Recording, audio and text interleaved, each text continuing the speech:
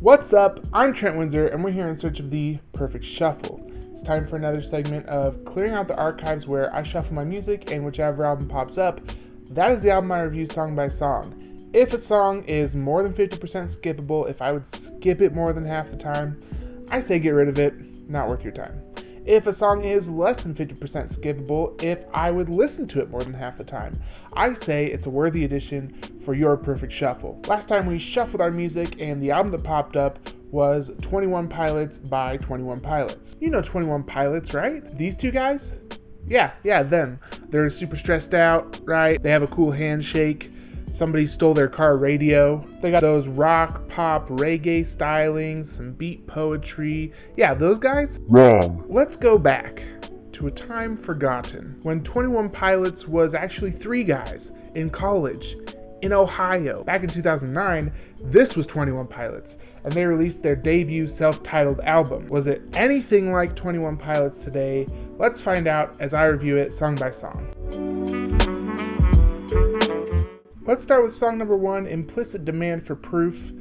In describing this song, I can describe the stylings of a lot of the songs on this album. So I'm going to give some generalities that you can kind of apply to every single song in the album. There's going to be lots of piano, and it's going to be paired with low quality synths. I'm talking that keyboard you found for $20 at a garage sale, that level of quality synths. Tyler Joseph, the singer, will be doing his best impression of Christopher Walken while singing for most of these songs. He just has a lot of really strange and sometimes annoying vocal inflections. You can tell he's not quite sure about his own personal style yet or where he really feels comfortable. It's also all very, very emotional, which is, I think, why a lot of 21 Pilots fans connect with the band, is because of their very emotional content matter, their very emotional lyrics. Specific to this song, it kind of cycles between low budget circus and like 80s sci-fi movie. It's really strange, and all of the annoying and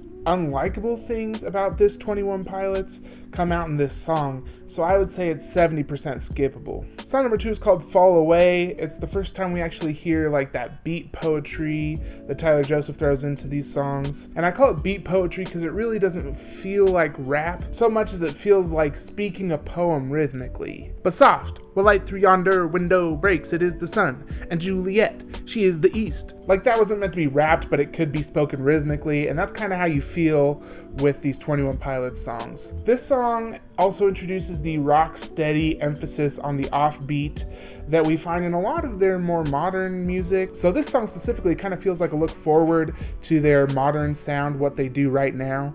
But the singing really doesn't come together like it does in the modern albums, so I would say this one is 55% skippable. Song number 3 is called The Pantaloon. It's this super weird, childish song. He's like, "Oh, never trust the Pantaloon," which is cringe enough as it is, and then he's like, "Ba-bam, your dad's the Pantaloon now." It's honestly very, very juvenile. Unfortunately, in this song, the songwriting is not great, but this is actually the best singing he does on the whole album.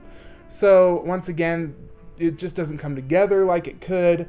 55% skippable. Song number 4 is called Addict with a Pen. The vocal performance on this song is extra grating. I really do enjoy the weird and quirky synth samples that they throw in there, but it doesn't do enough to save the song. I'd say it's 60% skippable. Song number 5 is called Friend Please. It's weird because it has this synth run that goes in the background of the song pretty much the whole time, and I realize it sounds a lot like just a softened version of Knights of Sidonia by Muse, which anybody who's played Guitar Hero 3 will know by heart. Also, when he says Friend Please, which is the name of the song, I just don't know if he's like bad at enunciating or something, but it sounds like he's saying Fremblies. So yeah, super strange song, 80% skippable. Song number 6 is called March to the Sea. Is it just me, or is the guitarist hitting these guitar riffs like August Rush style, just like psh, slapping his guitar? There's something about this song that sounds so much like it was made in GarageBand. It's just such a low quality song, and I get that it's the band's first album, but there's something just so DIY, homemade, and not in such a good way about this one that I would have to say it's 80% skippable. Song number 7 is called Johnny Boy. This is an inspirational power ballad, which I actually really enjoy the songwriting on this one. I really like the group vocals at the end. It kind of has a righteous feel feeling to it. But why you gotta sing that way, man? Bottom line, this song is 55% skippable. Song number 8 is called Oh Misbeliever. It sounds like a folk tune. I really tried to find what folk tune it was because it really sounded like it could be like The Greatest Man Who Ever Lived or one of those types of traditional folk songs. It's very simple, very basic, and very repetitive. The thing about this one for me is, apart from all of the other annoying things that we've already talked about, like with his voice and like the low quality, the melody of this song really grates on me. I don't know what it is about it, but it just is so annoying to me, and it gets stuck in my head and I hate it. It's like that stupid Jack in the Box song, you know? It's like, ugh. Anyways, 85% skippable. Song number 9 is called Air Catcher. It's got this driving piano, reminds me a lot of Elton John. I would say this is the most fleshed out song on the entire album. I also like this song because his vocal delivery is much more straightforward and he doesn't try to add a lot of weird embellishments. There's also this really cool auto-tune Pet Shop Boys type bridge that I enjoy. I would say this song is 40% skippable. Song number 10 is called Trapdoor. It's honestly just forgettable. I don't have much to say about it. There is a funky little breakdown in there that gets kind of fun, but then his vocals come back in and he starts screaming and it just all kind of goes to crap. I'd say it's 60% skippable. Song number 11 is called A Car, a Torch, a Death. For some reason, there's this off-key, high-pitched piano note in the background that is played over and over and over. The percussion in this song is also just incredibly terrible, so I'd say this song is 90% skippable. Song number 12 is called Taxi Cab, and it's just a very plain piano ballad, 60% skippable.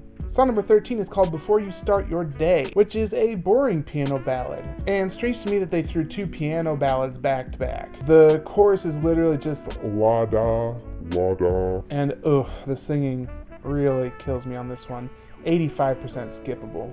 Last but not least, song number 14 is called Isle of Flightless Birds. This one really feels to me like a pirate shanty. It really just kind of sounds like a generic keyboard pre-programmed beat that he's singing on top of. Super strange. I'd say it's 70% skippable. And those are all the songs. Mathematically, adding everything up, this album as a whole is 68% skippable. In this album, you can tell that Tyler is really trying to find his voice, nail down his sound. He really tries a lot of different things, and the strengths from this album definitely come through in later 21 Pilots albums. The poetic lyrics, some of that beat poetry type thing that Tyler does that's really so unique. And thankfully, it seems like he knew which aspects of this album to leave behind as well. While 21 Pilots has connected to many, many fans on an emotional level with this album, musically, for me, it just doesn't hold up.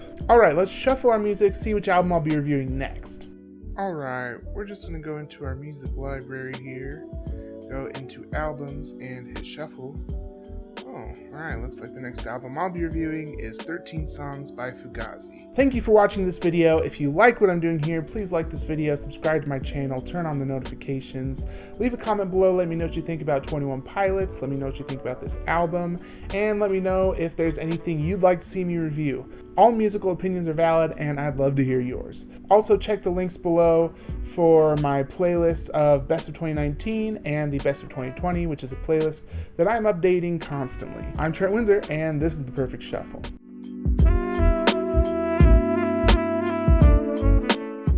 This song was so bad that in my notes I forgot to even write the name of the song, and I had to look it up.